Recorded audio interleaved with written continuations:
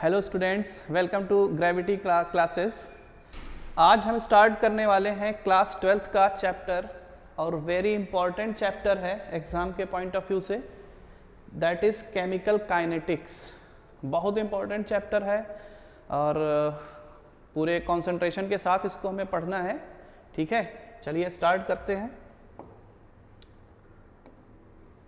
Chemical kinetics. Chemical kinetics क्या होती है? देखिए 11th क्लास में हमने एक चैप्टर पढ़ा था जिसका नाम था थर्मोडायनेमिक्स।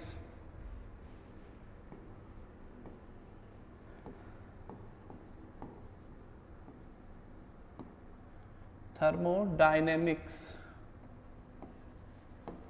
ठीक है ना।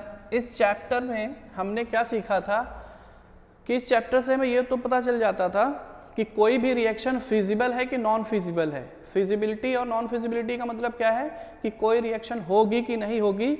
ये सारी इंफॉर्मेशन हमें किस चैप्टर में सीखी थी? क्लास 11th के टॉपिक थर्मोडायनेमिक्स में। लेकिन इस चैप्टर की ड्रॉबैक क्या थी? ये हमें ये नहीं बता पाता था कि अगर कोई रिएक्शन फिजिबल है तो उसका रेट ऑफ रिएक्शन क्या होगा। इस रेट ऑफ रिएक्शन को समझने के लिए हमें एक नए चैप्टर की जरूरत पड़ी जिसको हम क्या बोलते हैं? Chemical kinetics. ठीक है ना। एक केमिकल काइनेटिक्स होती क्या है? देखिए केमिकल काइनेटिक्स में हम बेसिकली क्या समझते हैं? किसी भी रिएक्शन के होने वाले रेट को, यानी किसी भी रिएक्शन के रेट को समझते हैं, प्लस उस रेट को इफेक्ट करने वाले फैक्टर्स और उसकी मैकेनिज्म। क्या बोला हमने? केमिकल काइनेटिक्स डील करता है किसी भी रेट ऑफ रिएक्शन के साथ और उस रेट ऑफ रिएक्शन को अफेक्ट करने वाले फैक्टर्स और उस रिएक्शन की मैकेनिज्म। बात समझ में आई? तो हम क्या लिखेंगे?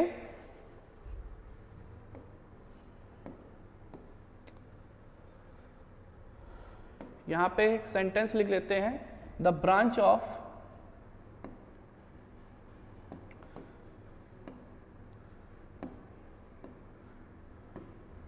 The branch of physical chemistry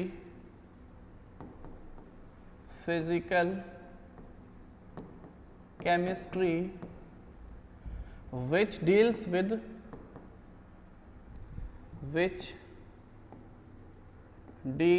with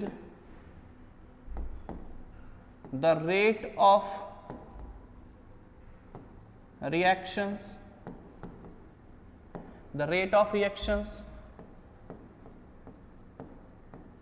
factors affecting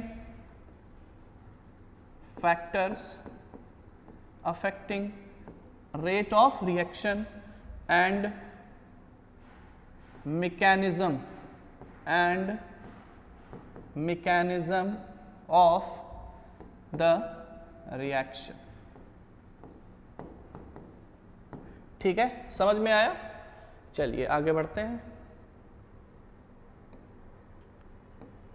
हाँ, अब जो हमने पहला जो टर्म यहाँ पे इंट्रोड्यूस किया है वो क्या है? Rate of reaction. Rate of reaction क्या होता है समझिए। देखिए कोई भी जो रिएक्शन होगी वो बेसिकली दो चीज़ों पे डिपेंड करती है। ठीक है ना।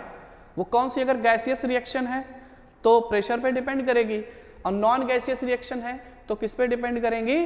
प्रेशर पे, कॉन्सेंट्रेशन पे डिपेंड करेंगी। यानी कहने का मतलब यह है कि रेट ऑफ द रिएक्शन क्या होगा कि यूनिट टाइम इंटरवल में जो भी रिएक्टेंट्स हमने ले लिए हैं उनके कॉन्सेंट्रेशन में चेंज कितना आ रहा है और जो प्रोडक्ट बन रहा है ना, इनिशियली कितना था और फाइनल कितना होता चला जा रहा है विद रिस्पेक्ट टू टाइम। क्या लिखेंगे यहां पर? द चेंज in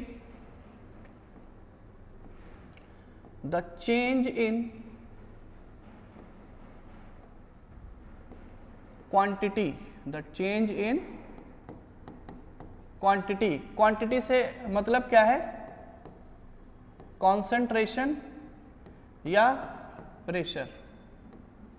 ठीक है, कॉन्सेंट्रेशन या प्रेशर। जैसा कि हमने बोला कि जब गैसियस केमिकल इक्वेशन दे रखी होंगी तो टर्म हम कौन सा यूज करेंगे? प्रेशर। और जो एक्वस टाइप की इक्वेशन होंगी उनके लिए क्या टर्म यूज किया जाएगा? कॉन्सेंट्रेशन। ठीक है ना। द चेंज इन क्वांटिटी, ठीक है, कॉन्सेंट्रेशन और pressure with respect to time,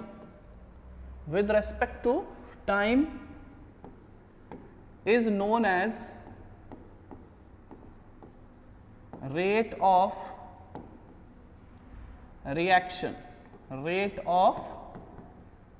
reaction. इसको मैथमेटिकली किस तरीके से हम लिख सकते हैं? रेट ऑफ रिएक्शन को अगर स्मॉल आर बोलें, रेट ऑफ रिएक्शन को स्मॉल आर बोलें तो हम क्या लिखेंगे? Change in concentration upon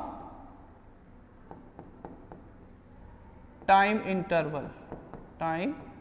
interval, यानी किसी भी स्पीशीज के कॉन्सेंट्रेशन, ठीक है, कॉन्सेंट्रेशन या यहां पे क्या लगा लेंगे? प्रेशर,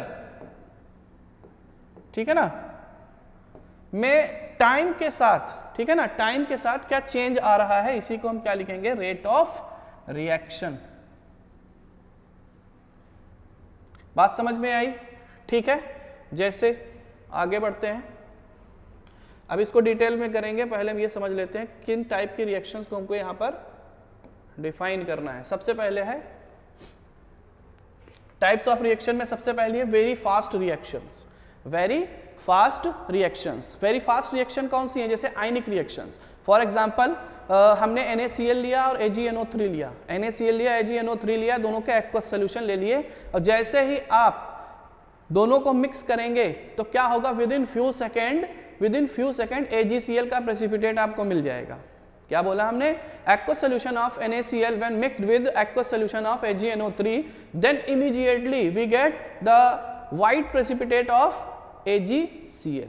बात समझ में आई? यानी कहने का मतलब ये है कि ऐसी रिएक्शंस जिनको आसानी से हम काउंट ना कर पाए, क्योंकि विद इन फ्यू सेकेंड अगर हो जा रही हैं तो आसानी से उनका रेट ऑफ रिएक्शन कैलकुलेट नहीं किया जा सकता है। बात समझ में आई? इस टाइप की रिएक्शंस को हम क्या बोलेंगे? Very fast reaction. ठीक है, तो इसमें स्टेटमेंट लिख लेंगे,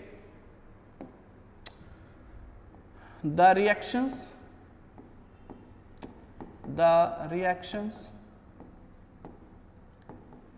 which are completed within fraction of time,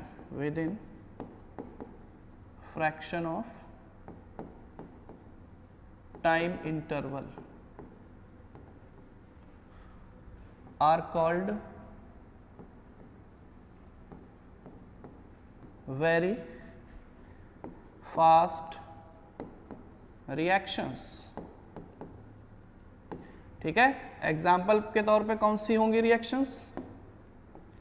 example के तौर पे आयनिक रिएक्शंस। जैसे एग्जाम्पल जो अभी हम लोगों ने लिया था उसको लिख लेते हैं। NaCl लिया एक्वस फॉर्म में, एक्वस फॉर्म समझते हो ना, पानी में NaCl को डिसॉल्व कर लो। सिमिलरली सिल्वर नाइट्रेट को भी क्या करेंगे? पानी में डिसॉल्व करके उसका एक्वस सोल्यूशन बना लेंगे। जैसे ही ये आपस में मिक्स होंगे विद इन फ्यू सेकेंड हमको क्या मिलेगा? AgCl का वाइट प्रेसिपिटेट। ठीक है, और क्या बनेगा? NaNO3 का aqueous solution, NaNO3 aqueous solution. बात समझ में आई? Within few second. तो इस टाइप की रिएक्शन में हम आपसे कहें कि AgCl का रेट ऑफ रिएक्शन बताइए, तो आप कैलकुलेट नहीं कर पाएंगे, विद इन फ्यू सेकेंड हो जा रही है, टाइम ही नहीं मिलेगा कैलकुलेट करने का। इसलिए इस टाइप की रिएक्शन के साथ भी हम रेट ऑफ रिएक्शन डिफाइन नहीं कर पाएंगे। आगे बढ़ते हैं। हाँ, वेरी स्लो रिएक्शंस, ऐसी रिएक्शंस जिनको ईयर्स और महीनों लग जाते हैं, ठीक है ना, जिनको कैलकुलेट करने के लिए हमें बहुत ज़्यादा टाइम स्पेंड करना पड़ता है, तो इस टाइप की रिएक्शंस को कोई कैलकुलेट करना नहीं चाहेगा। जैसे एग्जांपल के तौर पे आपने देखा होगा आयरन पर रस्टिंग बहुत लगती है, ठीक है ना, जैसे आयरन को छोड़ दिया जाता है ओपन एटमॉस्फेयर में, ठीक है ना, तो उस पर क्या लग जाती है? रस्टिंग, कोरोजन लग जाता है, जिस वजह से, ठीक है ना, और ये जो कोरोजन लगता है, ऐसा नहीं कि आज हमने आयरन को ओपन एटमॉस्फेयर में डाला और सुबह देखा उस पर रस्टिंग हो गया, ऐसा नहीं होता है, महीनों लग जाते हैं, सालों लग जाते हैं। तो इस टाइप के रिएक्शन को भी हम रेट ऑफ रिएक्शन कैलकुलेट करने के लिए यूज नहीं करेंगे। कहने का मतलब क्या है, क्या लिखेंगे, the reactions which are completed in a long interval of time,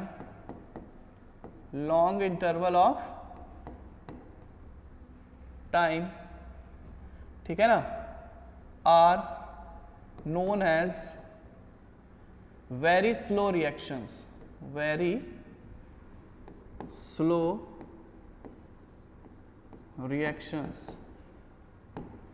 Example,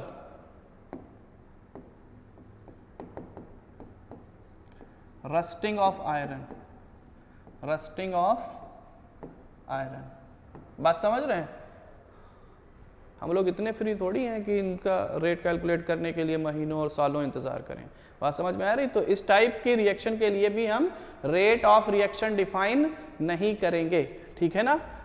आगे बढ़ते हैं, फिर है मॉडरेट रिएक्शंस। अब देखिए मॉडरेट रिएक्शन का मतलब क्या है, ना वेरी स्लो रिएक्शन और ना ही वेरी फास्ट रिएक्शंस। बात समझ में आई? ना ही वेरी स्लो रिएक्शंस, ना ही वेरी फास्ट रिएक्शन, यानी जो इनके दरमियान में हो, इनके बीच में हो, उस टाइप की रिएक्शन को हम क्या करेंगे, यहाँ पर कैलकुलेट करेंगे। कहने का मतलब ये है कि किसी भी रिएक्शन के कॉन्सेंट्रेशन में, ठीक है ना, या रिएक्शन होने में एक फाइनाइट इंटरवल ऑफ टाइम लगता है। इस टाइप की रिएक्शंस को हम क्या बोलते हैं, मॉडरेट रिएक्शन बोलते हैं। जैसे हैबर्स प्रोसेस से आप अमोनिया बनाइए, ऐसा तो है नहीं कि जैसे ही हाइड्रोजन और नाइट्रोजन को मिक्स किया तुरंत अमोनिया बनके तैयार हो गया, ऐसा भी नहीं होता है। ऐसा भी नहीं है कि आज हमने डाला और 2 साल के बाद हम इसका रिजल्ट देख रहे हैं, ऐसा भी नहीं है, यानी एक फाइनाइट इंटरवल लग जाता है, ठीक है ना। तो इस टाइप की रिएक्शन के लिए हम यहाँ पर रेट ऑफ रिएक्शन को कैलकुलेट करना सीखेंगे। ओके, तो डेफिनेशन लिख लेते हैं।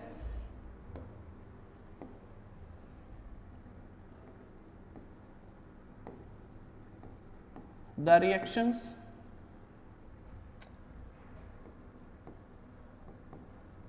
which are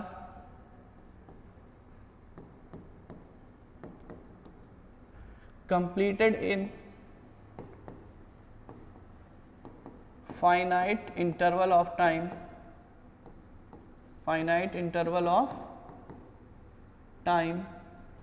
are known as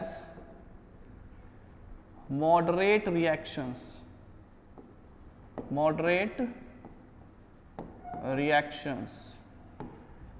कहेंगे सर एग्जाम्पल बताइए, अभी हमने लिया था, कई सारे एग्जाम्पल हो सकते हैं। क्या लिखेंगे, फॉर्मेशन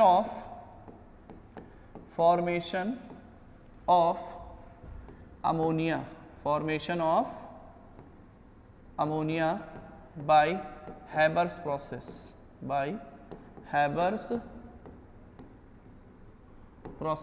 ICSE क्लास 10th में आई होप कि आप लोगों ने ये मेथड पढ़ा होगा, ठीक है। क्या होता है, नाइट्रोजन लेते हैं प्लस हाइड्रोजन लेते हैं, ठीक है ना। अब यहाँ पर कैटलिस्ट, टेम्परेचर, एटमॉस्फेयर कंडीशन ली जाती है। मैं डायरेक्ट इक्वेशन लिखे दे रहा हूँ। क्या बनेगा, अमोनिया बनेगा। क्या बनेगा, अमोनिया। नाइट्रोजन 2 हैं, इसको बैलेंस कर देते हैं, हाइड्रोजन 6 हो गए, ठीक है ना। तो इसको 3 से मल्टीप्लाई करके ये इक्वेशन बन गई, ठीक है ना। यानी मॉलिक्यूलर टाइप की जो इक्वेशंस होती हैं, ठीक है ना, उनको ही हम क्या करेंगे, यहाँ पर डील करेंगे, क्योंकि इनके लिए टाइम इंटरवल क्या है, एक फाइनाइट है, ठीक है ना, ना बहुत कम है ना बहुत ही ज्यादा है। ओके, तो यहाँ पर नोट करके लिखेंगे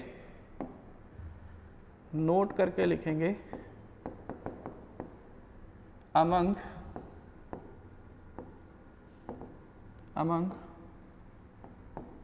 all the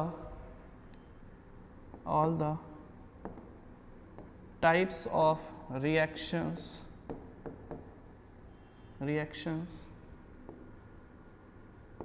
only moderate reactions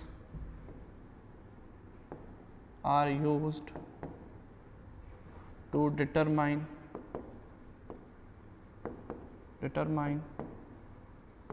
their rate of reaction. Okay, चलिए आगे बढ़ते हैं। हाँ, अब आपके सामने एक टॉपिक आया है, rate of reaction with respect to reactant और rate of reaction with respect to product. ठीक है, चलिए क्या होता है, जैसे एग्जांपल के तौर पे हम ले लेते हैं कि इक्वेशन, एक इक्वेशन फॉर एग्जांपल है कि AA plus BB gives out CC। ठीक है ना, इस तरह से हमने एक इक्वेशन ले ली। ठीक, ये एक काम करते हैं, पहले 1 के टर्म में आपको समझा देते हैं, ये फिलहाल हटा दो। एक ही रिएक्टेंट के रेस्पेक्ट में पहले समझते हैं, फिर एक से ज्यादा लेंगे। B। ठीक है, देखिए रेट ऑफ रिएक्शन, रेट क्या होता है, चेंज इन कॉन्सेंट्रेशन और प्रेशर, किसके केस में, गैस के केस में, with respect to change in time या टाइम इंटरवल। ठीक है ना, उसी को हम क्या बोलेंगे, उसका रेट बोलेंगे। अब यहां पर रिएक्टेंट क्या है, A, रिएक्टेंट क्या है, A। देखिए इसको रिप्रेजेंट कैसे किया जाएगा, क्या लिखेंगे, rate of reaction of reactant, rate of reaction of reactant, reactant कर लीजिए इसे, रिएक्टेंट। ठीक है ना, देखिए इसके कई सारे नाम यूज होते हैं, तो पहले मैं ये बता देता हूं कि रेट ऑफ रिएक्शन और रिएक्टेंट के अलावा कौन कौन से नाम आपको एग्जाम में पूछे जाते हैं, फिर इसको कैलकुलेट करते हैं। जैसे इसको हम बोल सकते हैं rate of consumption, rate of consumption. ठीक है, या rate of disappearance, rate of disappearance, rate of disappearance.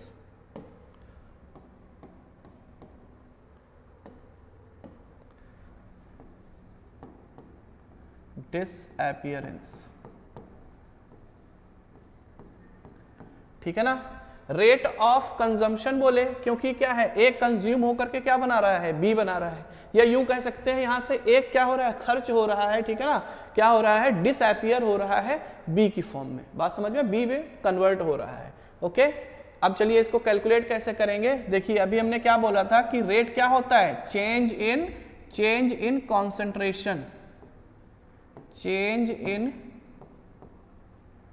Concentration. ठीक है ना, किसका, रिएक्टेंट का कैलकुलेट कर रहे हैं, तो क्या लिखेंगे यहां पे, reactant divided by change in time, change in time. ठीक है, चेंज इन टाइम। मैथमेटिकली इसको हम सिंपल लिखेंगे, क्या, चेंज को किससे डिनोट किया जाता है, या तो आप डेल्टा से डिनोट करते हैं या स्मॉल डी से डिनोट करते हैं। ठीक है ना, यहां पर मैंने लिखा है डेल्टा। ठीक, इसका कॉन्सेंट्रेशन यहाँ पे आप क्या करें, मान लें कि इनिशियली कितना था, A0 था, इनिशियली कितना था, A0 था।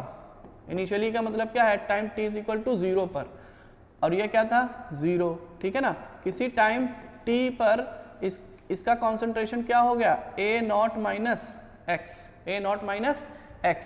अब इनको क्या करें, इस तरीके से मान लें, फॉर एग्जाम्पल ये A है या A0 है, या स्मॉल में ही रखते हैं। ठीक है, या इसको हम क्या बोल सकते हैं, AT। ठीक, तो क्या लिख लेंगे, change in concentration of A। ये जो स्क्वायर ब्रैकेट है ये किसको डिनोट करता है, कॉन्सेंट्रेशन को डिनोट करता है, divided by change in time. ठीक है, divided by change in time. Square bracket किसको डिनोट करता है, कॉन्सेंट्रेशन को।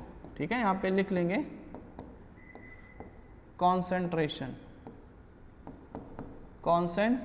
किसका, इस स्क्वायर ब्रैकेट के अंदर वो स्पीशी लिखी हुई होगी।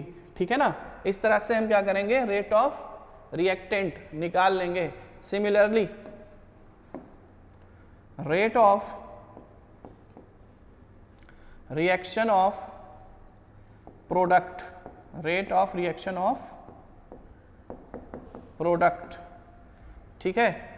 इनको और किन नामों से जाना जाता है, इनको और किन नामों से जाना जाता है? देखिए इसको हम बोल सकते हैं रेट ऑफ, ये क्या हो रहा था, ए कंज्यूम हो रहा था, अब इसका मतलब क्या है, बी क्या हो रहा होगा, फॉर्म हो रहा होगा, तो इसको हम क्या लिखेंगे, rate of formation, rate of formation, ठीक है, या rate of appearance, rate of appearance, ठीक है ना, अपीयरेंस। बात समझ में आई? कैसे कैलकुलेट करेंगे, सारी चीजें वही हैं। अब यहां पर थोड़ा सा ध्यान दीजिए, जैसे इसकी हम बात कर रहे थे कि rate of reaction change in concentration with respect to time, reactant के रेस्पेक्ट में। देखिए रिएक्टेंट क्या हो रहा है, टाइम के रेस्पेक्ट में, टाइम के रेस्पेक्ट में क्या हो रहा है, डिक्रीज हो रहा है, ठीक है ना। तो जब डिक्रीज हो रहा है तो यहाँ पे हम क्या लिखेंगे, फाइनल माइनस इनिशियल को ही तो हम लिखते हैं यहाँ पर चेंज, फाइनल माइनस इनिशियल। तो फाइनल में क्या हुआ है, कम बचा हुआ 80 बचा हुआ है, जबकि इनिशियली कितना था, A0 था, तो 80 माइनस A0, अगर इसको हम इस तरीके से लिखें, क्या 80 minus A0 final concentration of reactant minus, sorry हाँ, final concentration minus initial concentration divided by time taken, तो टाइम टेकन कितना आया है, T, ठीक है ना। तो इनका जो डिफरेंस होगा वो कैसा आएगा, नेगेटिव आएगा, और जबकि रेट कभी नेगेटिव नहीं होता है, तो ध्यान रखिएगा यहाँ पे हमेशा हम क्या लेंगे, माइनस साइन ले लेंगे, ठीक है ना। माइनस साइन इसलिए लेंगे क्योंकि रेट कभी भी माइनस नहीं हो सकता है, ठीक है ना। एग्जाम्पल के तौर पे जैसे हम आपसे बोलें कि आज मैंने गाड़ी जो है 100 किलोमीटर पर आवर की स्पीड में चलाई, ये आपने सुना होगा, 80 चलाई, 70 चलाई, आपने कभी सुना है कि -100 किलोमीटर पर आवर की स्पीड से चलाई या -80 किलोमीटर पर आवर की स्पीड से चलाई? स्पीड कभी भी माइनस नहीं हो सकती ना, वो जीरो हो सकती है या जीरो से ज़्यादा होगी, तो इसलिए रेट कभी भी नेगेटिव नहीं होगा। अगर चेंज आपका नेगेटिव आ रहा है तो आपको इक्वेशन में ही पहले से ही माइनस साइन पुट करना पड़ेगा, ठीक। चलिए, रेट ऑफ फॉर्मेशन की बात हो रही थी, किसके, प्रोडक्ट की। तो फाइनल कितना, फाइनल इसका मान लेते हैं सपोज BT, ठीक है ना। तो फाइनल कितना है, BT, और इनिशियली कितना था, 0, इनिशियली कितना था, ये वैल्यू इनिशियल है और ये किसी टाइम t = t पर है, ठीक है ना, divided bye final time minus initial. तो ये क्या आ जाएगा, BT/T, और इसको डेल्टा की फॉर्म में कैसे लिख लेंगे, change in concentration of B divided by delta T, divided by delta T। बात समझ में आई, ठीक है, बात समझ में आई। ये हमेशा किस साइन के साथ होता है, प्लस साइन के साथ, क्यों, क्योंकि इनिशियली कम होता है, फाइनल में वो बनता है, तो फाइनल माइनस इनिशियल करोगे तो एक पॉजिटिव वैल्यू होगी, ठीक है ना। तो इस साइन को आप लिखना चाहें ना लिखना चाहें ना लिखें, ये अंडरस्टूड होता है, ठीक है, बात समझ में आ गई। चलिए आगे बढ़ते हैं, यूनिट की बात कर लेते हैं, unit of rate of reaction, unit of rate of reaction. तो देखिए दो केस हैं इसके, पहला है इन एक्वस फेज, मैंने बात की थी ना कि रिएक्शन या तो एक्वस फेज में होगी या गैसियस फेज में होगी, ठीक है ना। तो एक्वस फेज में हम किसके टर्म में रेट ऑफ रिएक्शन को लिखते हैं, कॉन्सेंट्रेशन, कॉन्सेंट्रेशन के टर्म में, ठीक है ना। एग्जाम्पल के तौर पे अभी जैसे हमने जो चीज लिखी A गिव्स B, ठीक है ना। तो रेट ऑफ रिएक्शन क्या आया था, minus delta A over delta T, यहाँ पे ये वाला साइन भी लगा लेंगे, सॉरी यहाँ पे ये साइन भी लगाएंगे, डेल्टा T, ठीक है ना। ऊपर क्या है, कॉन्सेंट्रेशन, ऊपर क्या है, कॉन्सेंट्रेशन, ठीक है, नीचे क्या है, टाइम, कॉन्सेंट्रेशन और डिवाइडेड बाय टाइम, यानी इसकी यूनिट क्या हो जाएगी, यूनिट क्या हो जाएगी, यूनिट हो जाएगी। कॉन्सेंट्रेशन को हम किस में मेजर करते हैं, मोलर में, ठीक है, मोलैरिटी में।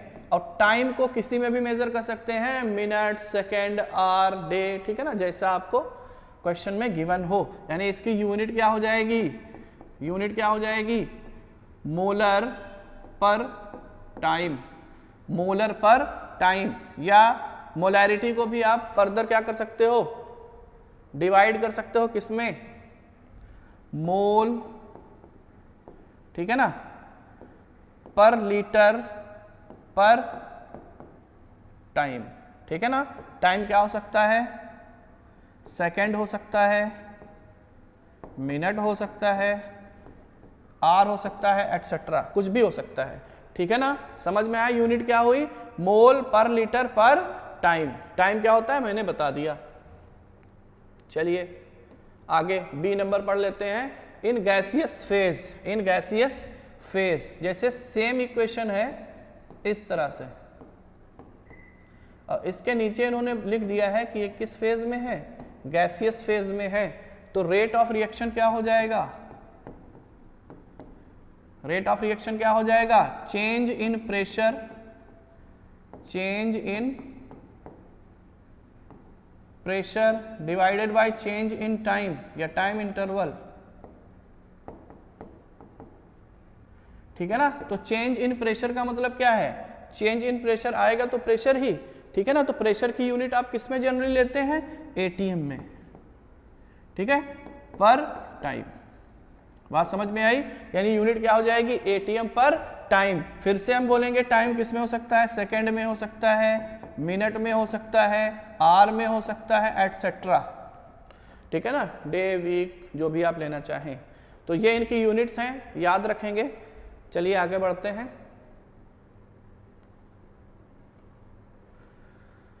Right the rate of appearance and disappearance of the following. चलिए इस पे प्रैक्टिस कर लेते हैं कि किस तरह से रेट ऑफ अपीयरेंस और डिसअपीयरेंस निकालते हैं। जैसे ए नंबर, जैसे अभी हमने एक इक्वेशन लिखी थी, N2 plus 3H2 gives out 2NH3। अब ये सब क्या है, गैस ही तो है, ठीक। इसके लिए कैलकुलेट करते हैं। चलिए पहले इसको कैलकुलेट कर लेते हैं।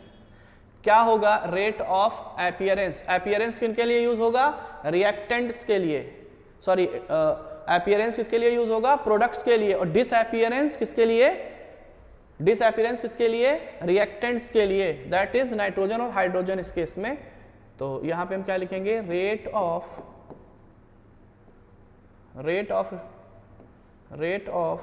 डिसअपीयरेंस ऑफ, पूरा लिख देते हैं, rate of disappearance of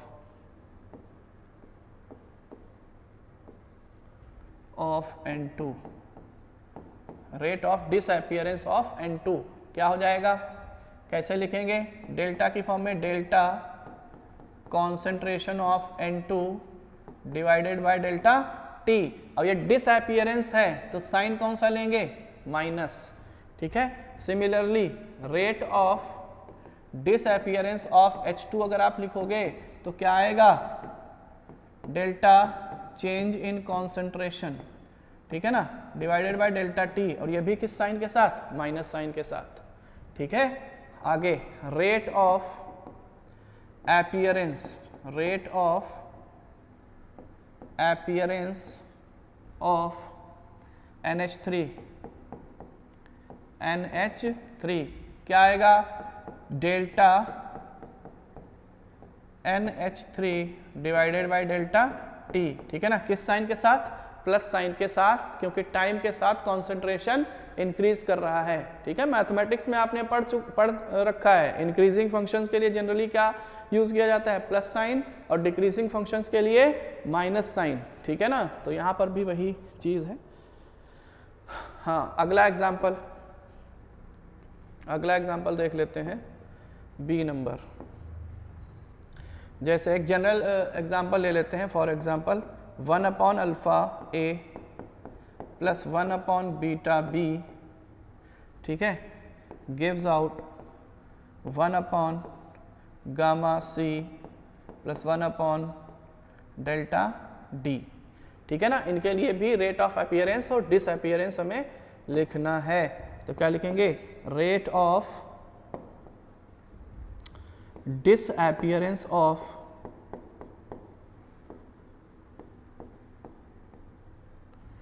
A is equal to क्या लिखेंगे, minus change in concentration of A, ठीक है, divided by change in time. ठीक है, सिमिलरली बी के लिए भी यही हो जाएगा, minus delta A divided by delta T divided by delta T.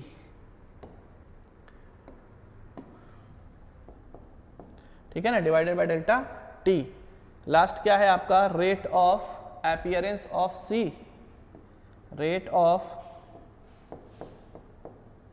Appearance of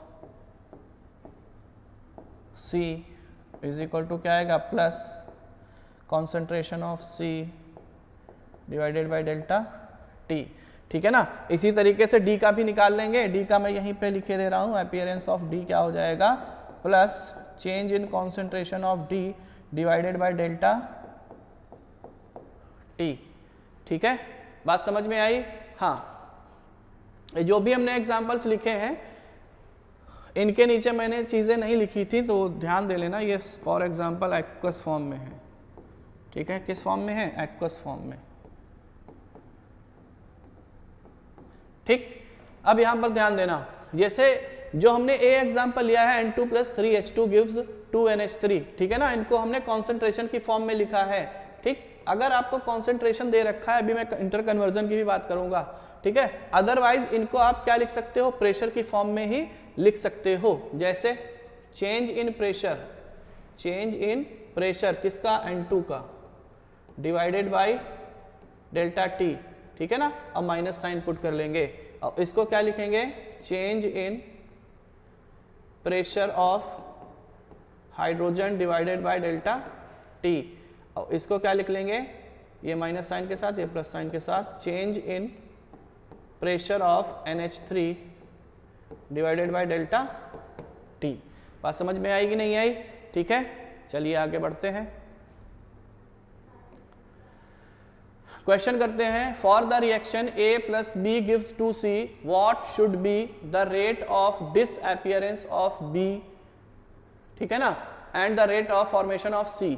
ठीक, if the rate of disappearance of A is -2 mole per liter per second at a particular temperature।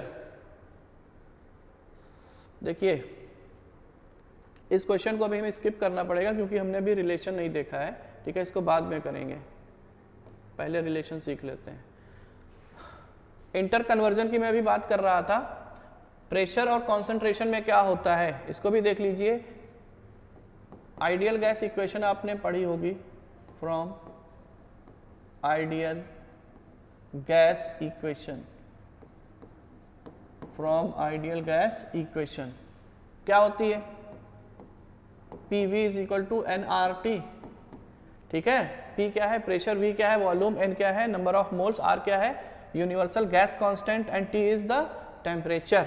ठीक, तो यहां से हम क्या करेंगे, V को हम राइट साइड में लेकर के जाएंगे और ये क्या बना देगा, N/V। ठीक है ना, N/V यानी मोल divided by volume, mole divided by volume. ठीक है ना, अगर वॉल्यूम को हम लीटर में ले लें तो यही क्या बन जाता है, यही क्या बन जाएगा, मोलैरिटी। तो हम इसकी जगह पर कोई एक टर्म C लिख सकते हैं, RT। ठीक है ना, C क्या है, कॉन्सेंट्रेशन या मोलैरिटी बोल सकते हो। ठीक है ना, तो प्रेशर और कॉन्सेंट्रेशन में हमें क्या मिल चुका है, एक रिलेशन मिल चुका है। ठीक है ना, इसको ध्यान रखेंगे। बात समझ में आई कि नहीं आई। अगर आपको कॉन्सेंट्रेशन दे रखा है, ठीक है, और प्रेशर के टर्म में पूछ रहा है, तो आप इस इक्वेशन से क्या करेंगे, क्या दे रखा है, कॉन्सेंट्रेशन दे रखा है और प्रेशर के रेस्पेक्ट में पूछ रहा है, तो आप क्या करोगे, RT से डिवाइड कर दोगे, P के टर्म में आपको मिल जाएगा कॉन्सेंट्रेशन। बात समझ में आ गई कि नहीं आई। ठीक, चलिए इनकी अगर वैल्यू लिखना चाहें तो लिख भी सकते हैं। P क्या है? प्रेशर है। जनरली हम किस में लेंगे? ATM में लेंगे, ठीक है। और C क्या है? कॉन्सेंट्रेशन है। और कॉन्सेंट्रेशन का मतलब क्या लेंगे यहाँ पे? मोलैरिटी। और यूनिट क्या हो जाएगी इसकी? मोल पर लीटर, ठीक है। R क्या है? Universal gas constant, universal gas constant. और इसकी वैल्यू कितनी लेंगे? 0.0821, ठीक है ना, 0.0821।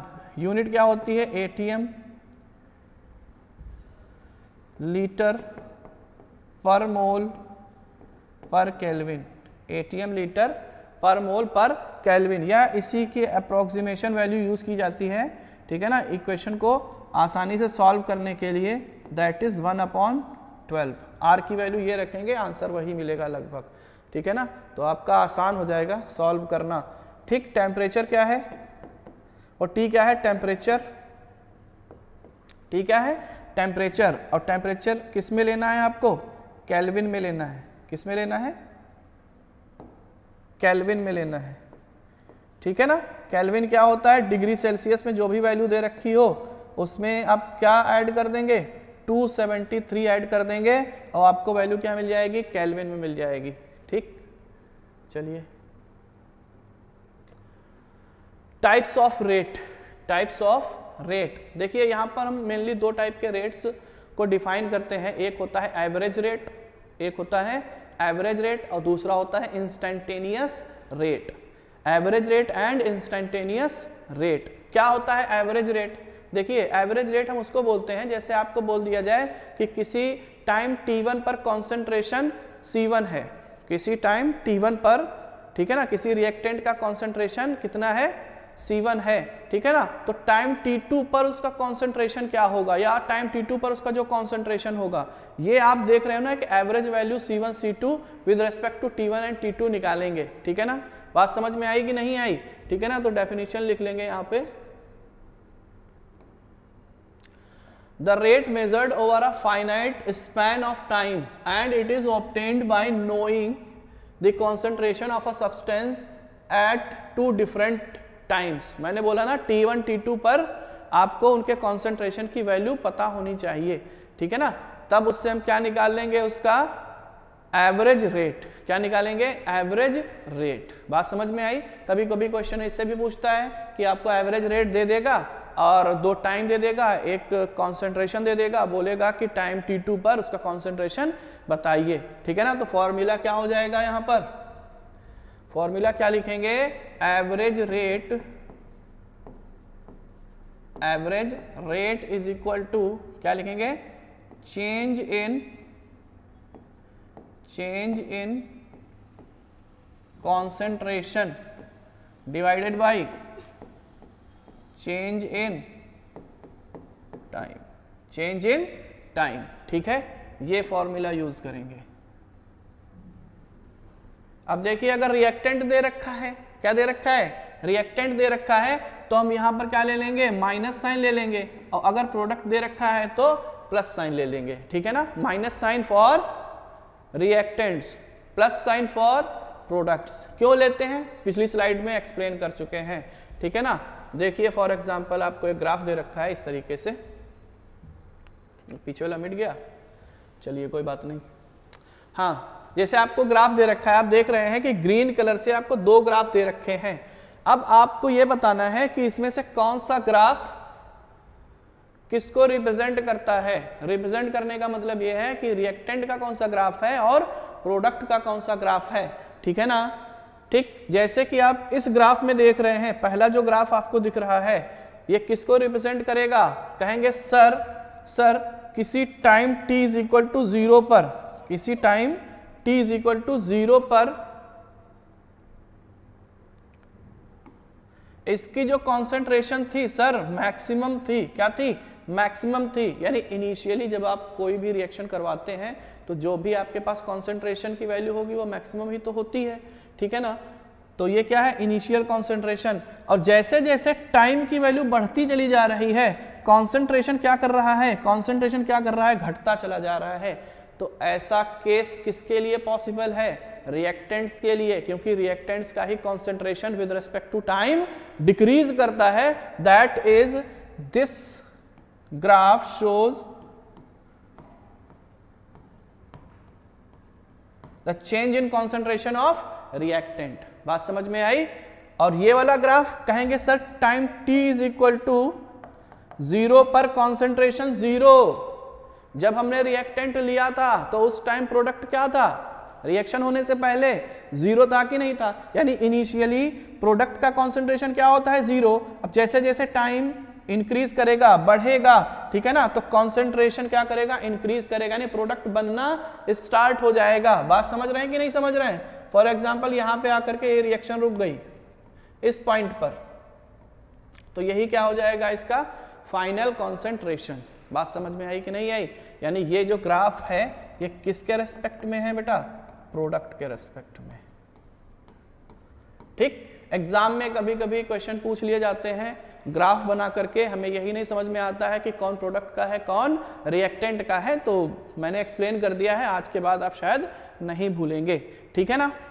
चलिए एक क्वेश्चन करते हैं इस पे बेस्ड.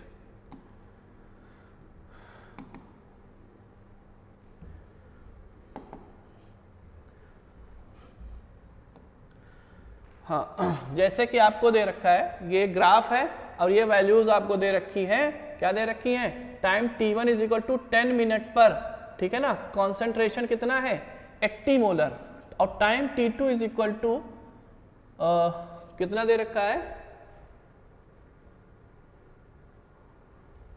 तो ये 10.3 कर लीजिए, ठीक है ना, 3 मिनट्स. कॉन्सेंट्रेशन कितना है? 8 to 40 मोलर है. कितना है? 40 मोलर. बात समझ में आ रही कि नहीं आ रही? ठीक है, बात समझ में आ गई कि नहीं आ गई? चलिए आगे बढ़ते हैं. हाँ, क्वेश्चन कर लेते हैं इससे कि एवरेज रेट क्या हो जाएगा? एवरेज रेट क्या लिखेंगे सर? माइनस करेंगे, कहेंगे फाइनल कॉन्सेंट्रेशन अगर C2 है, इनिशियल C1 है, तो डिवाइड करेंगे T2 माइनस T1. ठीक है, T2 माइनस T1, तो क्या हो जाएगा? C2 कितना है? जो A2 यहां पर बोला गया है वो कितना है? 40. और C1 यानी A1 कितना है यहां पर? 80. ठीक है, और डिवाइड करेंगे किससे? 10.3 माइनस 10. 10.3 माइनस 10. ठीक है, और माइनस साइन इसके बाहर पुट कर लेंगे. चलिए बताइए कितना आएगा? ऊपर कितना बचा? माइनस माइनस प्लस 40 हो जाएगा और डिवाइडेड बाई 0.3. ठीक है ना, ये आपका आंसर आ जाएगा. अप्रोक्सीमेशन में आप वैल्यू निकाल सकते हैं. यूनिट क्या हो जाएगी? यूनिट क्या होगी? कॉन्सेंट्रेशन हमने किस में लिया था? मोलैरिटी में लिया था. ठीक है ना, तो मोलर पर मिनट. मोलर पर मिनट. मोलर के रेस्पेक्ट में भी हमने यूनिट बताई है. या इसको अगर तोड़ना चाहें तो किस में लिखेंगे? मोल पर लीटर पर मिनट. क्लियर? चलिए आगे बढ़ते हैं. इधर ऑप्शन क्यों नहीं दे रहा है ये?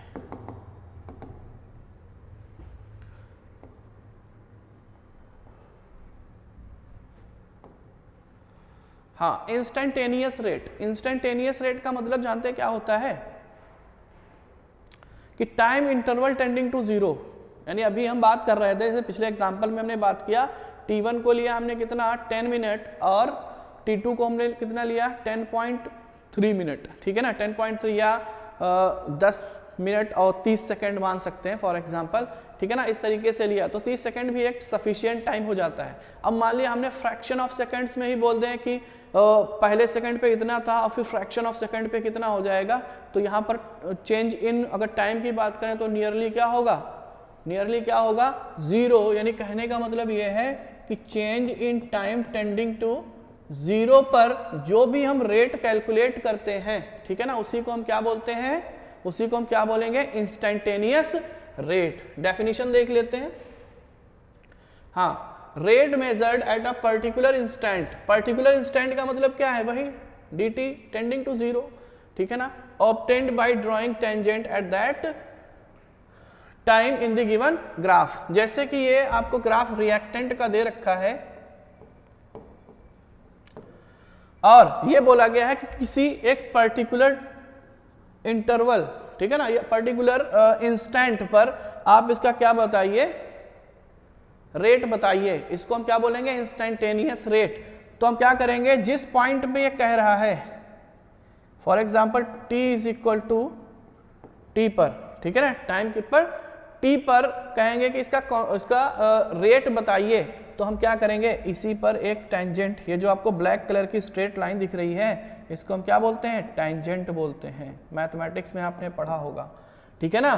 तो ये क्या हमने खींच लिया, टेंजेंट खींच लिया। अब इस टेंजेंट का जो स्लोप होगा, इस टेंजेंट का जो स्लोप होगा वही क्या बताएगा हमें, इंस्टेंटेनियस रेट बताएगा। बात समझ में आएगी नहीं आई, तो इंस्टेंटेनियस रेट क्या हो जाएगा, इंस्टेंटेनियस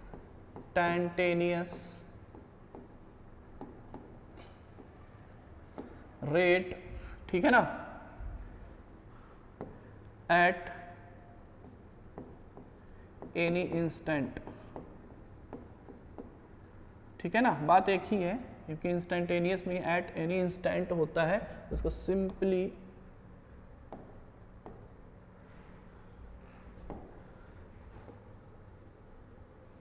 ऐसे ही लिख लेंगे। क्या हो जाएगा, क्या लिखेंगे, slope of tangent, slope of tangent, ठीक है ना, एट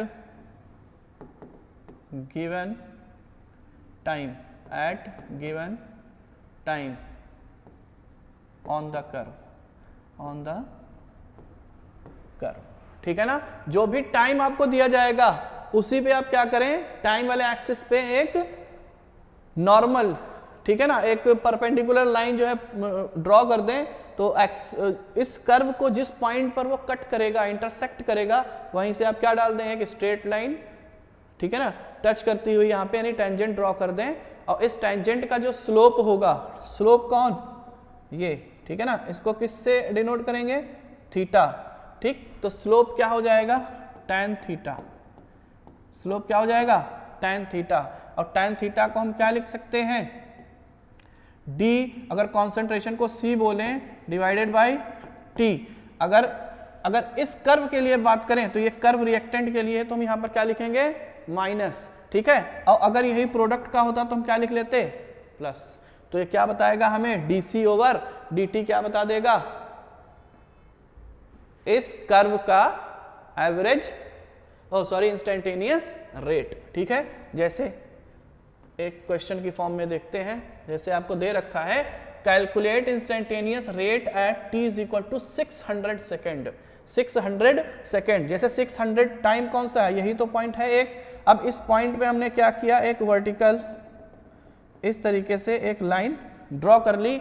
अब गिवन कर्व को जिस पॉइंट पर ये टच कर रही है, वहीं से हमने क्या किया, एक टेंजेंट ड्रॉ कर दिया, एक टेंजेंट ड्रॉ कर दिया। बात समझ रहे हैं कि नहीं समझ रहे हैं, कहेंगे सर इतना सा ही क्यों लिया है। देखो आपने सिमिलैरिटी वगैरह पढ़ी होगी, ठीक है, चाहे इतना बड़ा ले लें या इतना छोटा ले लें, हमें तो सिर्फ एंगल से मतलब है, ठीक है ना। कुल मिलाकर के जो टेंजेंट यानी थीटा, tan थीटा की जो वैल्यू आएगी वो क्या आएगी, सेम आएगी। तो चाहे इतने पूरे यहाँ से यहाँ तक पूरा एक ट्राइंगल ले लें या कोई छोटा ट्राइंगल ले लें, ठीक है ना, सिमिलैरिटी लगा करके हम क्या करेंगे, उसका थीटा कैलकुलेट कर लेंगे। बात समझ में आ रही कि नहीं आ रही। और tan थीटा होता क्या है, तो क्या लिखेंगे, इंस्टेंटेनियस रेट यानी minus dc over dt is equal to क्या होगा, tan थीटा। और tan थीटा क्या होता है, tan थीटा क्या होता है, perpendicular divided by base, perpendicular divided by base,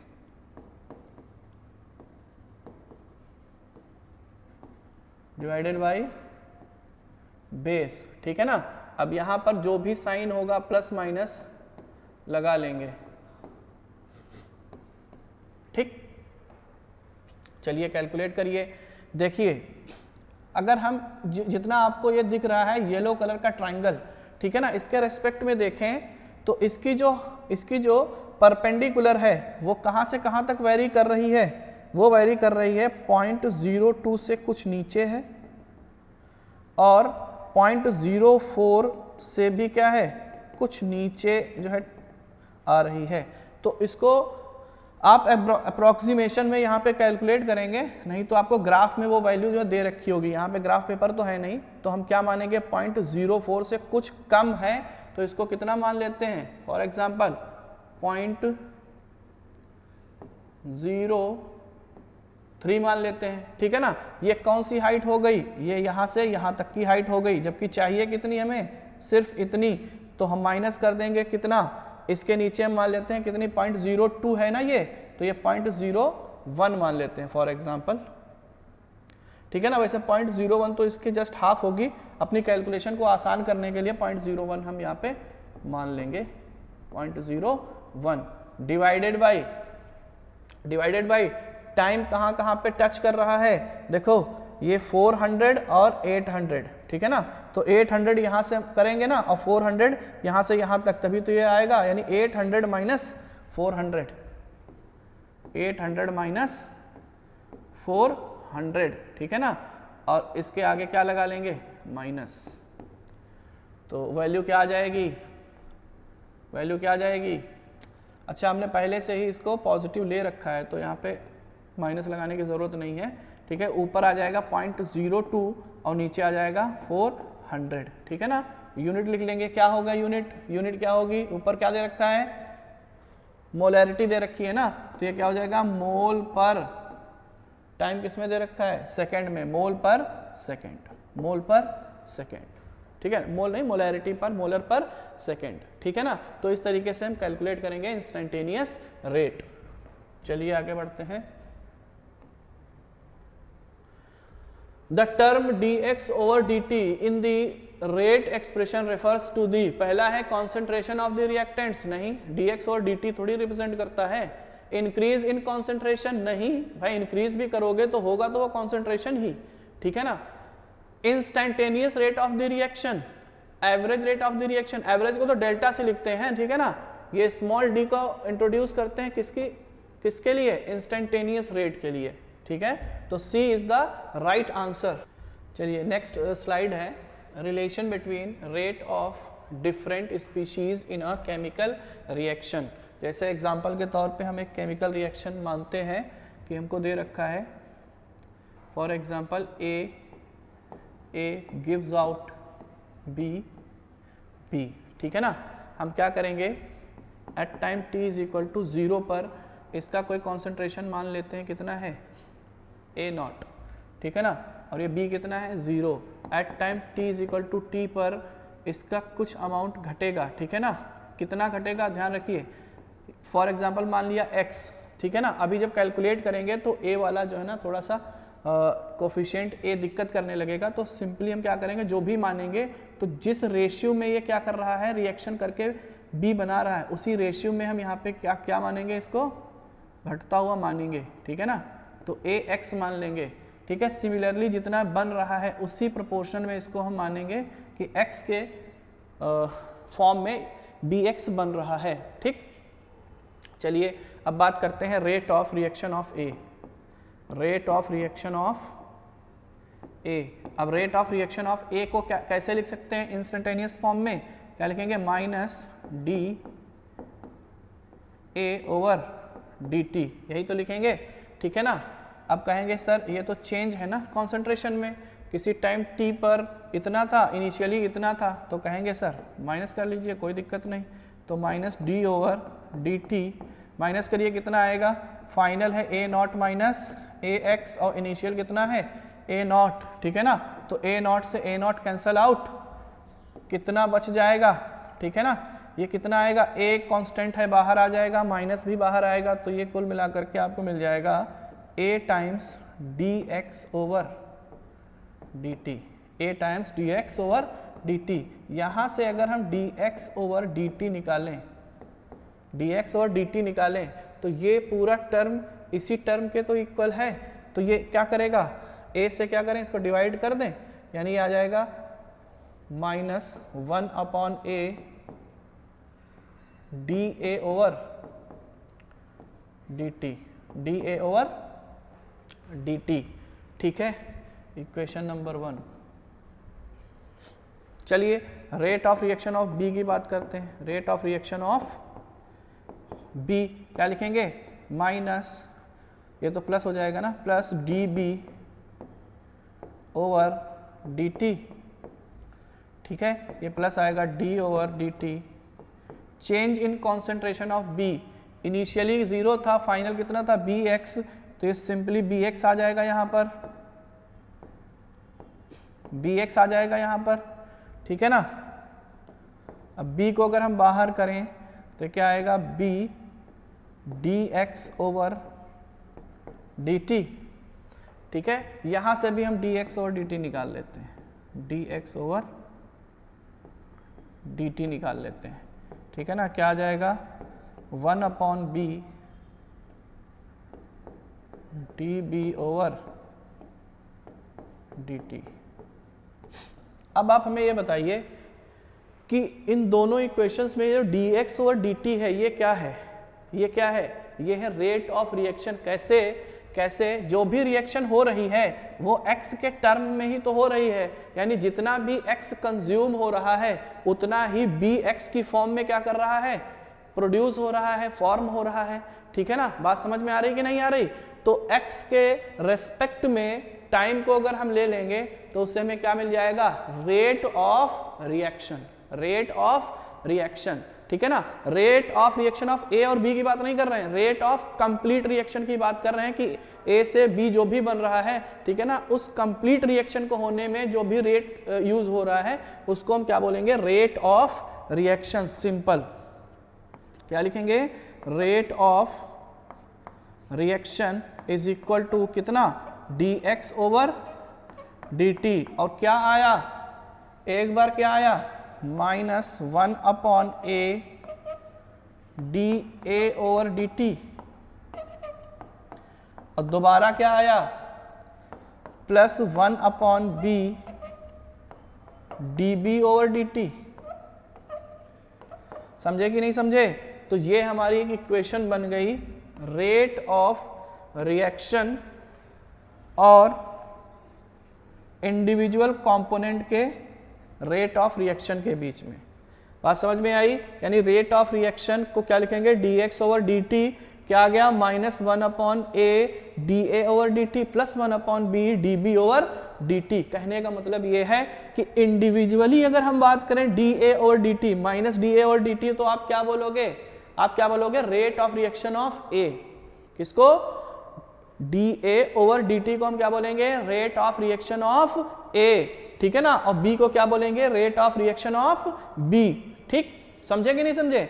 अगर इन्हीं को इनके हम स्टोकियोमेट्रिक कोफिशिएंट्स से क्या करें, इनवर्स में डिवाइड कर दें। ठीक है ना, क्या करें, इसके स्टोकियोमेट्रिक कोफिशिएंट से हम डिवाइड कर दें। स्टोकियोमेट्रिक कोफिशिएंट क्या है, ये ए और बी, इनको क्या बोलते हैं, स्टोकियोमेट्रिक कोफिशिएंट्स। ठीक है ना, इन्हीं से अगर हम डिवाइड कर दें तो हमें क्या मिल जाता है, उस कंप्लीट रिएक्शन का रेट। क्या मिलेगा, कंप्लीट रिएक्शन का रेट। ठीक है ना, तो ये आपका एक रिलेशन हो गया इंडिविजुअल कंपोनेंट के रेट में और रेट ऑफ रिएक्शन की फॉर्म में। ठीक है ना, इसको आप याद रखेंगे, बहुत इंपॉर्टेंट है, यहीं से सारे आपके क्वेश्चंस बनेंगे। चलिए आगे बढ़ते हैं।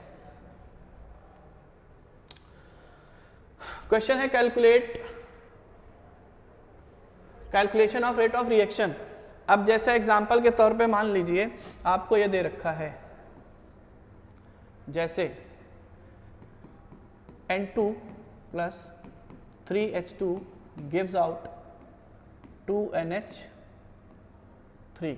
ठीक है ना, N2 plus 3H2 gives out 2NH3। ठीक, ये सारे क्या है, गैसियस फॉर्म में है। अब इसके लिए कह रहा है कि रेट ऑफ रिएक्शन बताइए, तब क्या बोलेंगे, सर ये गैसियस फॉर्म में दे रखे हैं, इसका मतलब rate of reaction, rate of reaction यानी आगे कुछ नहीं बोल रहे हैं तो कंप्लीट रिएक्शन के रेट की बात हो रही है। कहेंगे क्या कि sir rate of reaction of N2, ठीक है ना, और डिवाइड कर देंगे इसके स्टोकियोमेट्रिक कोफिशिएंट से। तो स्टोकियोमेट्रिक कोफिशिएंट N2 का कितना है 1, तो -1/1 यानी सिंपल 1, तो क्या आ जाएगा dN2/dt, ठीक है। और इज इक्वल टू क्या आएगा -1/3 dH2/dt इज इक्वल टू क्या आएगा +1/2 dNH3/dt, ठीक है। कहेंगे सर इसको कॉन्सेंट्रेशन की फॉर्म में लिख दिया, कोई बात नहीं, प्रेशर की फॉर्म में लिख लीजिए, ठीक। क्या आएगा dP/N2/dt, सॉरी ये तो H2 का लिख दिया ना यहाँ पे, तो ये H2 का, N2 का भी लिख लीजिए, क्या आएगा -dPN2/dt और इज इक्वल टू कितना आ जाएगा +1/2 d प्रेशर ऑफ NH3/dt, ठीक है ना। तो इस तरह से आप क्या करेंगे, रेट ऑफ रिएक्शन किसी भी इक्वेशन का लिख सकते हैं। ये रिलेशन हो गया कि rate of whole reaction as well as rate of individual components. बात समझ में आई कि नहीं आई? तो यहां पर हम क्या करेंगे, एक पॉइंट लिख लेंगे। एक पॉइंट क्या है, नोट डाल करके लिख लीजिएगा। नोट ये है कि रेट ऑफ इंडिविजुअल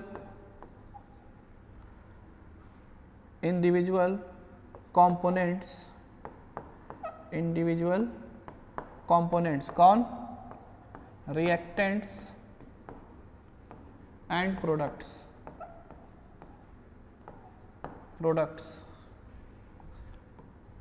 ठीक है, आर independent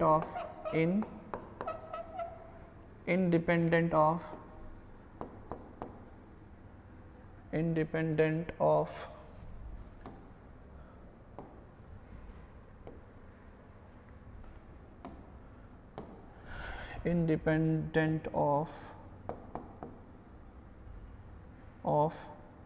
their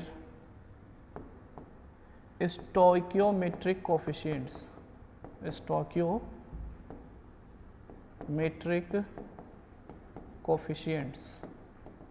ठीक है ना।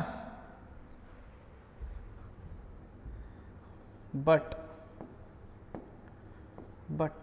रेट ऑफ कंप्लीट रिएक्शन, ठीक है ना, रेट ऑफ कंप्लीट रिएक्शन, ठीक, contains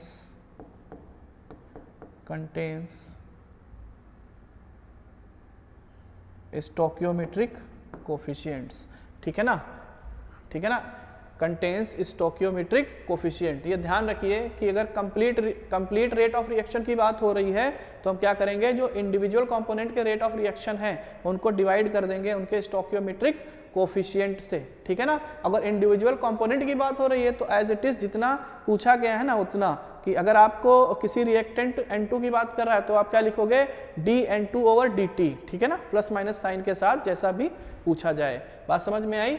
तो इस चीज का खास थोड़ा सा ख्याल रखेंगे, नहीं तो गलती होने के चांसेस बहुत ज्यादा रहते हैं। चलिए आगे बढ़ते हैं।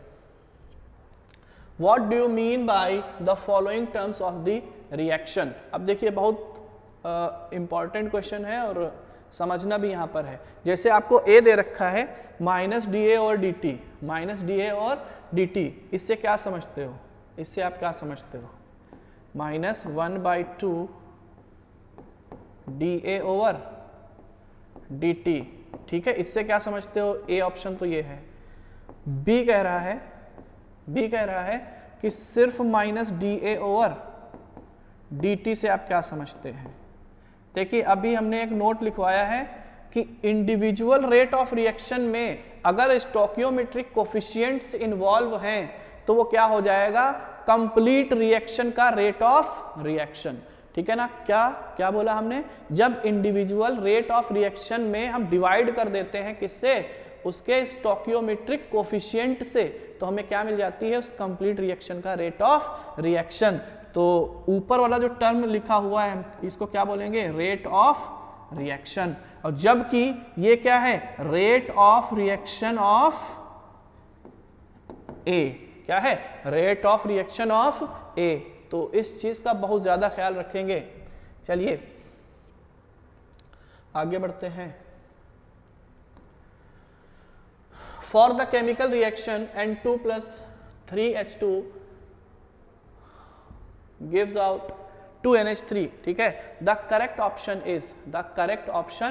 इज, ठीक, देख रहे हैं आप, आपको इस तरीके से रिएक्शन दे रखी है ना, तो आप सिंपली क्या करें, आप क्या कर लें, इसका रिलेशन लिख लें, rate of reaction with respect to their individual rate of reaction of that component, ठीक है। तो हम इसको सिंपल क्या लिखेंगे कि R इज इक्वल टू, ये ROR बोल देते हैं, ROR, रेट ऑफ रिएक्शन, इसका एक्सप्रेशन यहाँ पे लिखना पड़ेगा। चलो यहाँ पे लिख लेते हैं कि rate of reaction is equal to क्या आएगा, -d N2/dt is equal to क्या आएगा, -1/3 अभी लिखी थी d H2/dt is equal to क्या आएगा, +1/2 d NH3/dt, ठीक है। अब ये आपको अगर एक्सप्रेशन कहीं पे नजर आ रही है तब तो आंसर आपका सही है, ठीक। देखिए हाँ, NH3 जैसे इसकी बात करें तो इसमें हमने क्या किया है, मल्टीप्लाई कर दिया है, क्या कर दिया है, मल्टीप्लाई कर दिया है, ठीक। चलिए ए को भी छोड़ते हैं, बी को देखिए, बी में क्या किया गया है कि -1/3, ठीक है ना, ये तो सही है, लेकिन ये इसमें क्या कर दिया गया है, इसमें इन्होंने माइनस साइन पुट करके गड़बड़ कर दिया, यानी ये ऑप्शन तो गड़बड़ है, ठीक है। हाँ, इसकी बात करें ये सही है, नहीं इसमें इन्होंने मल्टीप्लाई कर दिया है, मल्टीप्लाई भी नहीं होगा, तो ये देख रहे हैं ना, मल्टीप्लाई करते डिवाइड करना होता है, ठीक है। नीचे ये दे रखा है, यही आपका D is the right answer, ठीक है ना। हमने उसमें तीनों कंपोनेंट्स ले लिए हैं, 2 रिएक्टेंट्स और 1 प्रोडक्ट, जबकि इन्होंने किन्हीं 2 के बीच में रिलेशन लिखा हुआ है। बात समझ रहे हैं कि नहीं समझ रहे हैं, ठीक है ना। कहेंगे सर इसको आपने क्यों नहीं एक्सप्लेन किया, इसको एक्सप्लेन इसलिए नहीं किया क्योंकि अगर कोफिशिएंट जो है ना अपॉन में भी नहीं होते तो हम क्या करते, 2 को इधर ले आते, 3 को इधर ले आते, अपॉन में हो जाते, लेकिन साइन दोनों का क्या लिखा हुआ है, ये रिएक्टेंट है और ये क्या है, प्रोडक्ट। और प्रोडक्ट जो है ना पॉजिटिव हो सकता है लेकिन रिएक्टेंट कभी पॉजिटिव नहीं हो सकता, तो ए इज रॉन्ग, ठीक है ना। तो राइट आंसर कौन सा है आपका, डी, ठीक है। चलिए आगे बढ़ते हैं। Which of the following expression can be used to describe the instantaneous rate of the reaction? Instantaneous rate of the reaction. 2A plus B gives A to B. Instantaneous rate of reaction. Instantaneous rate of reaction. देखिए rate of reaction आगे उसने कुछ नहीं बोला है A B, तो simple हम क्या मानेंगे, कंप्लीट रिएक्शन के रेट की बात हो रही है। तो यहां पर हम लिख लेते हैं क्या आएगा, rate of reaction, rate of reaction क्या आएगा, -1/2 D A/dt is equal to plus, या पहले बी का भी लिख लेते हैं, minus dB/dt is equal to plus dA/dt। इनमें से कोई भी एक्सप्रेशन आपको दिखेगी वही आपका राइट आंसर हो जाएगा, ठीक है ना। तो -1/2 dA/dt, ए हमको यहां से नजर आ रहा है, ठीक है ना। अब ये क्या है, रेट ऑफ रिएक्शन नहीं है, ये क्या है, रेट ऑफ रिएक्शन ऑफ ए है, क्या है, रेट ऑफ रिएक्शन ऑफ ए है, ठीक। इसकी बात करें, हाँ, तो ये कुछ भी नहीं होगा क्योंकि यहाँ पे इन्होंने क्या किया है, 2 से डिवाइड कर दिया है, तो ये भी अब ऑप्शन आपका गलत है, ठीक है। इनकी अगर बात कर लें तो इन्होंने तो प्रोडक्ट ले लिया, ऐसा तो कुछ सीखा ही नहीं हमने, तो ए इज द राइट आंसर। ठीक है, इस इक्वेशन को अगर आप लिखना एक्सप्रेशन को सीख गए तो समझिए क्वेश्चन आपके लिए आसान हो जाएंगे। अ gaseous reaction 2A plus B gives 2C show a decrease in pressure from 120 mm to 100 mm in 10 minutes. The rate of appearance of C. The rate of appearance of C. सबसे पहले तो इसकी expression लिखिए कि अगर rate of reaction को small r बोलें, ठीक है ना, तो ये क्या हो जाएगा, रेट ऑफ डिसअपीयरेंस कितना आएगा, -1/2, ठीक है, dA/dt, ठीक। या प्रेशर की फॉर्म में अगर लिखना है तो प्रेशर की फॉर्म में भी इसको कर सकते हैं, प्रेशर की फॉर्म में कर लीजिए।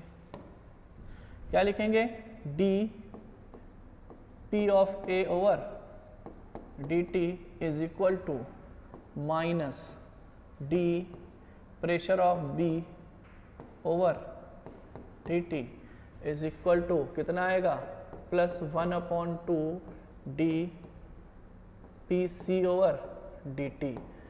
आपको दे किसका रखा है, show a decrease in pressure from 120 to 100 mm in 10 minute, ठीक है ना। यहां पर इसने किसी भी ABCD की बात ही नहीं की, तो हम क्या मानेंगे, कंप्लीट रेट ऑफ रिएक्शन की इसने बात करी है, ठीक है ना। तो ये क्या होता है, dx/dt ही तो होता है, ये dx/dt ही तो होता है। तो यहां से हम क्या निकाल लेंगे, rate of appearance of C। Rate of appearance of C का मतलब क्या है, dPc/dt, ठीक है ना, यही तो है। मल्टीप्लाई कर दीजिए 2 × dx/dt, ठीक है। तो 2 × कहां से कहां तक वेरी कर रहा है, 20 से 100, 20 से 100, ठीक है ना। तो 100 - 20 डिवाइडेड बाई कितना टाइम इंटरवल, 10, ये आपका आंसर आ जाएगा। ऊपर कितना बचा, 80, 2 × 80 डिवाइडेड बाई 10 कितना आया, 16। अच्छा 120 से 100 था, सॉरी ये 120 था, तो एक काम करिए यहाँ पे सही कर लीजिए, यहाँ पे हमने गड़बड़ कर दिया है, ये 120 था, 120 - 100 डिवाइडेड बाई 10, तो ऊपर कितना बचेगा, सिर्फ 20 डिवाइडेड बाई 10, तो कितना आ जाएगा, 4, ठीक है, mm पर, किस में दे रखा है, मिनट में। तो कौन सा option, B is the right answer. समझ में आया, इस तरह से आप कैलकुलेट करेंगे।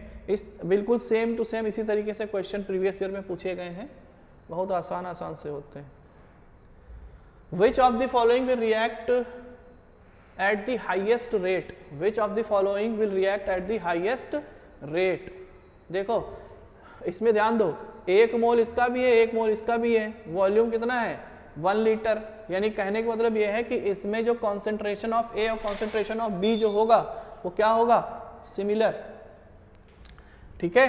और इसमें भी 2 मोल और 2 मोल है 2 लीटर में, ठीक है। तो इनका भी कॉन्सेंट्रेशन कितना आएगा, 1 ही तो आएगा। इसमें भी बना रहा है, इसमें भी बना रहा है, ठीक है ना, इसमें भी बना रहा है, इसमें भी बना रहा है, तो सॉरी इसमें भी बना रहा है।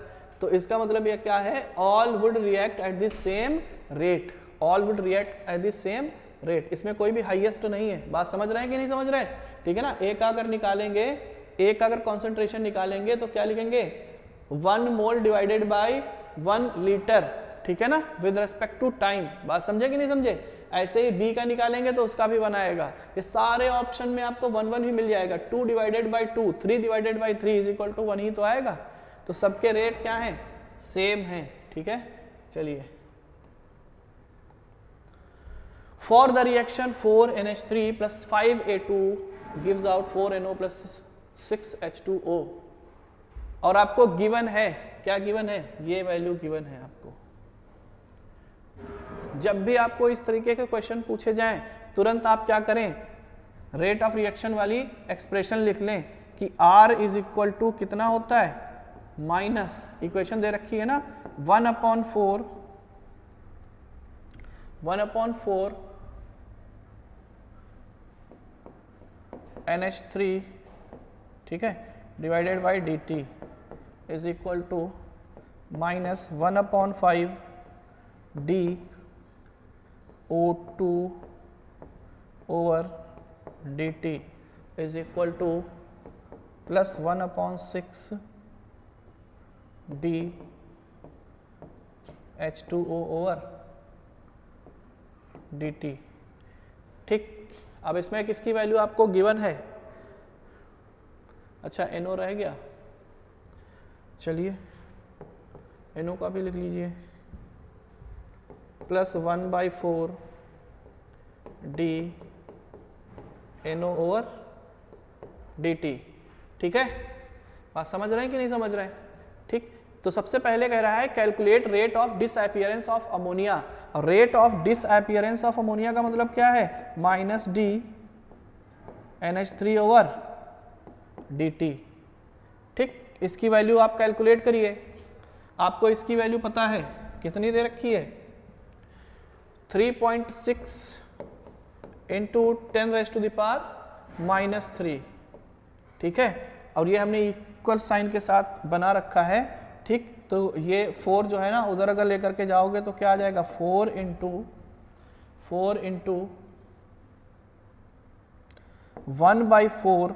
ठीक है, 4 इंटू 1/4, यहाँ पे अपॉन में 4 कर लेना क्योंकि ये अपॉन में 4 था।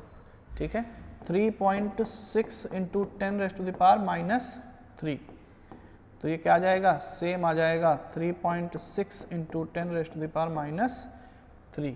ठीक, ऐसे भी समझ सकते हैं कि देखिए इसके अगर अमोनिया के अगर 4 मोल रिएक्ट करते हैं तो NO के 4 मोल ही बनते हैं, तो इसका मतलब इसका 1 मोल अगर रिएक्ट करेगा तो 1 मोल बनेंगे, 2 मोल रिएक्ट करेगा तो 2 मोल बनेंगे। तो जितना भी आपको कॉन्सेंट्रेशन इसका दे रखा है तो रेट ऑफ रिएक्शन भी क्या होना चाहिए? सेम होना चाहिए। ठीक है, जो यूनिट दे रखी है यूनिट लिख लेंगे मोल पर लीटर पर सेकेंड। ये आपका A नंबर हो गया पहला। दूसरा नंबर क्या कह रहा है? दूसरा नंबर कह रहा है कि rate of formation of water. Rate of formation of water, तो rate of formation of water को क्या लिखेंगे? D of H2O over dt। D of H2O over dt। देखिए 1/6 यही तो दे रखा है और इज इक्वल टू ये है ना, तो 6 को अगर हम यहाँ मल्टीप्लाई कर दें तो 6/4 इंटू 3.6 इंटू 10⁻⁻3, तो ये वैल्यू कितनी आ जाएगी? ये कितना जाएगा? 2 टाइम्स और 3 टाइम्स। ठीक है, ये 1 टाइम्स और ये 1.5 टाइम्स। ठीक है ना, इसको मल्टीप्लाई कर लेंगे 1.5 इंटू 3.6 इंटू 10⁻⁻9, ये आपका आंसर हो जाएगा। ठीक है, हाँ, नेक्स्ट क्वेश्चन है आपकी स्क्रीन पर। The following reaction was studied in a closed vessel 2N2O5 gives out 4NO2 plus O2. It was found that concentration of NO2 increases by, अच्छा इतना इंक्रीज कर गया है। ठीक है, in 5 seconds. In 5 seconds calculate rate of reaction. Rate of reaction R is equal to क्या हो जाएगी?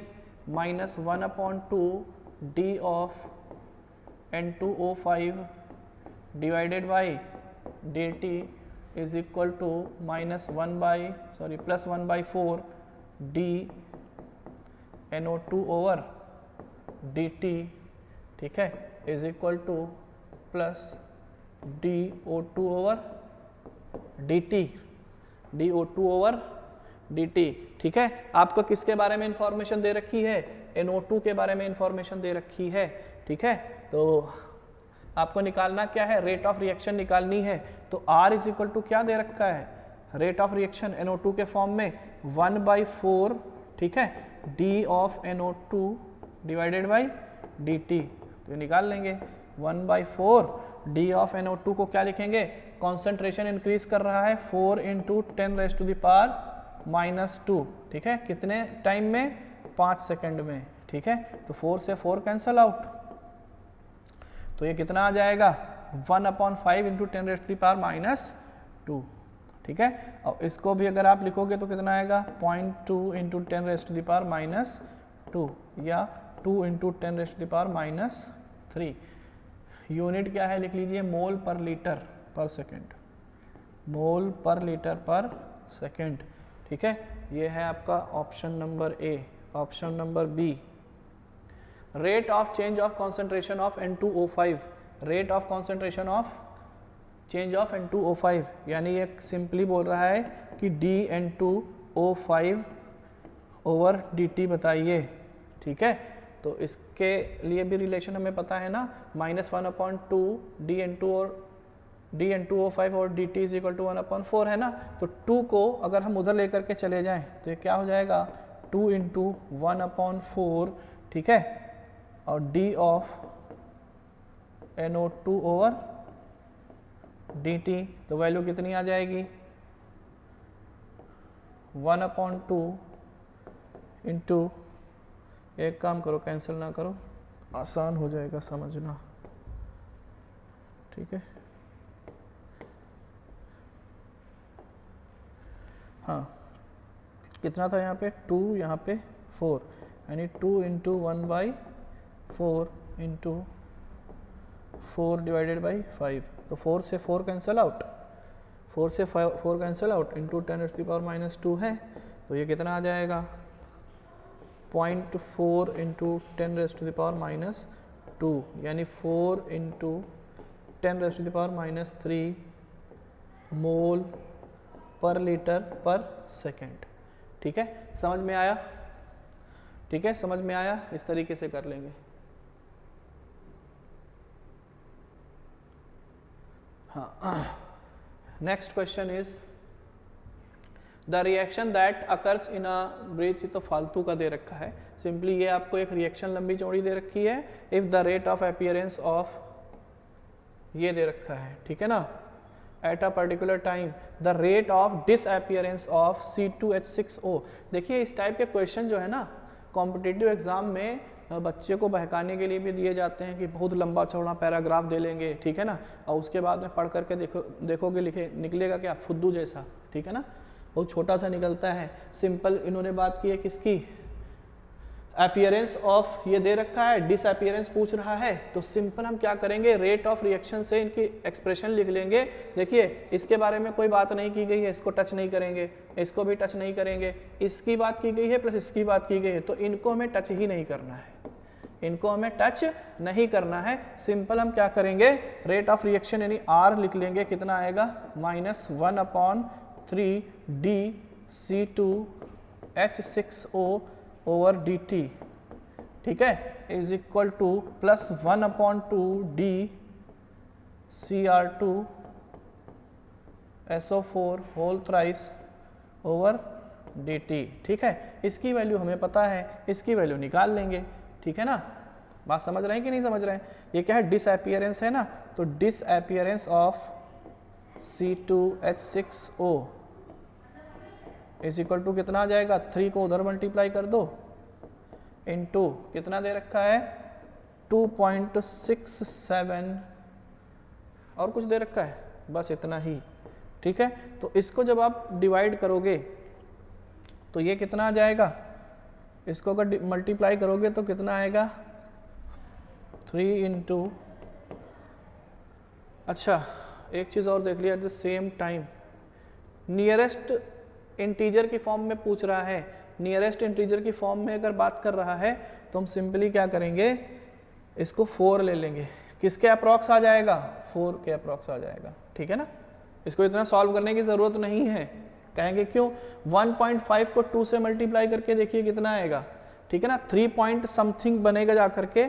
तो इसको नियरेस्ट अगर इंटीजर की फॉर्म में देखें तो ये कितना आएगा 4 आएगा, ठीक। तो ये आपका राइट आंसर हो जाएगा, समझ में आया होगा, बिल्कुल पिद्दू सा क्वेश्चन था।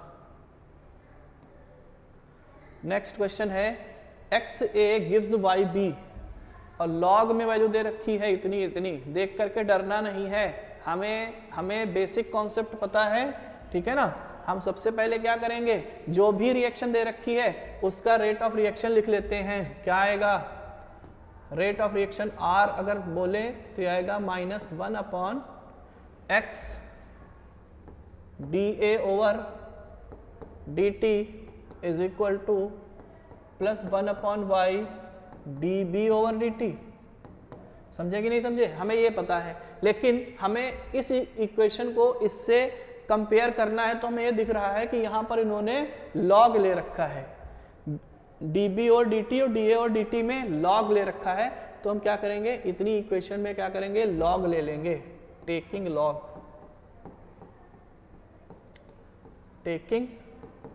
जिस बेस के साथ 10 के साथ लिया है तो बेस 10 के साथ हम क्या करेंगे, लॉग ले लेंगे।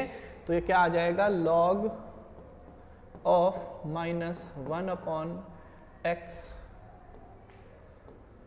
dA/dt is equal to log 1/y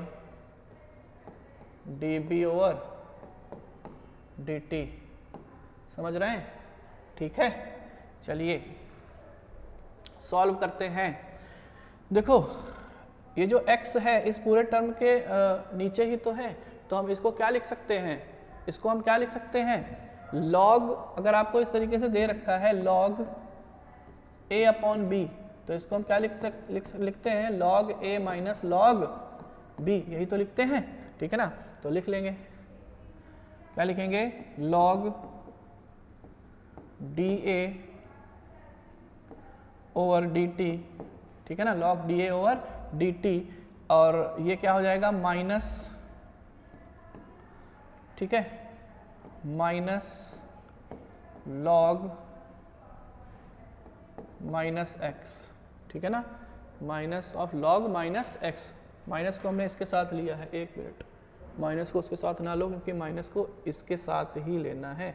तो एक काम करो, ये कर लेते हैं, ठीक है, ये हो गया। उसके बाद में इज इक्वल टू में क्या लिखेंगे, log ऑफ dB/dt, ठीक है, प्लस log ऑफ, प्लस नहीं माइनस ही लेना है क्योंकि अपॉन में है, तो यहाँ पे प्लस कर लीजिए, माइनस log y, देख रहे हैं ना, हाँ। चलिए अब हम क्या करें, log dA और dt को एक तरफ लिख लेते हैं, तो ये आ जाएगा log -dA/dt is equal to log dB/dt, ठीक है, समझ रहे हैं। और ये माइनस का log x उधर चला जाएगा तो क्या हो जाएगा, प्लस का log x, और ये माइनस का log y आपको दे रखा था, ठीक है ना। तो इतने टर्म की वैल्यू ही अगर इससे हम कंपेयर करें, इससे अगर कंपेयर करें तो ये हमें दिख रहा है, ये दिख रहा है, और प्लस में हमें क्या दिख रहा है, 0.3010, और 3010 को हम क्या लिख सकते हैं, log 2 लिख सकते हैं। log में यही वैल्यु होती है बेस 10 पर, ठीक है। कहने का मतलब ये है कि अगर इसको फिर से हम लिखें तो ये क्या आ जाएगा, log x/y बेस 10 पर इज इक्वल टू, यहाँ से कंपेयर कर रहे हैं किसके बराबर आया है, log 2 बेस 10। कहने का मतलब ये है कि x/y की वैल्यू कितनी है, 2, x/y की वैल्यू कितनी है, 2, ठीक है। तो x is equal to 2y है, x is equal to 2y है, ठीक है। अब कंपेयर करिए, x की वैल्यू कितनी, 2y के बराबर, x की वैल्यू कितनी, 2y के बराबर, ठीक है। तो नंबर ऑफ कार्बन ही आप इसमें चेक कर सकते हैं। देखिए जितनी वैल्यू x की होगी, ठीक है ना, इसको हम मान लें x के लिए जो भी a दे रखा है, y किसके लिए, b के लिए दे रखा है, ठीक है। तो जितना ये होगा उसका डबल आना चाहिए।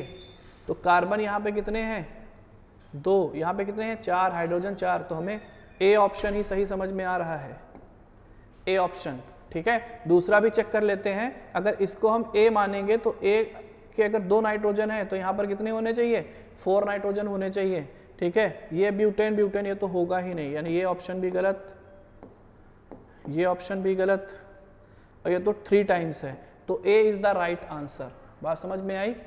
तो आज का लेक्चर यहीं तक है, ठीक है, फिर बात करते हैं। Okay, so thank you very much.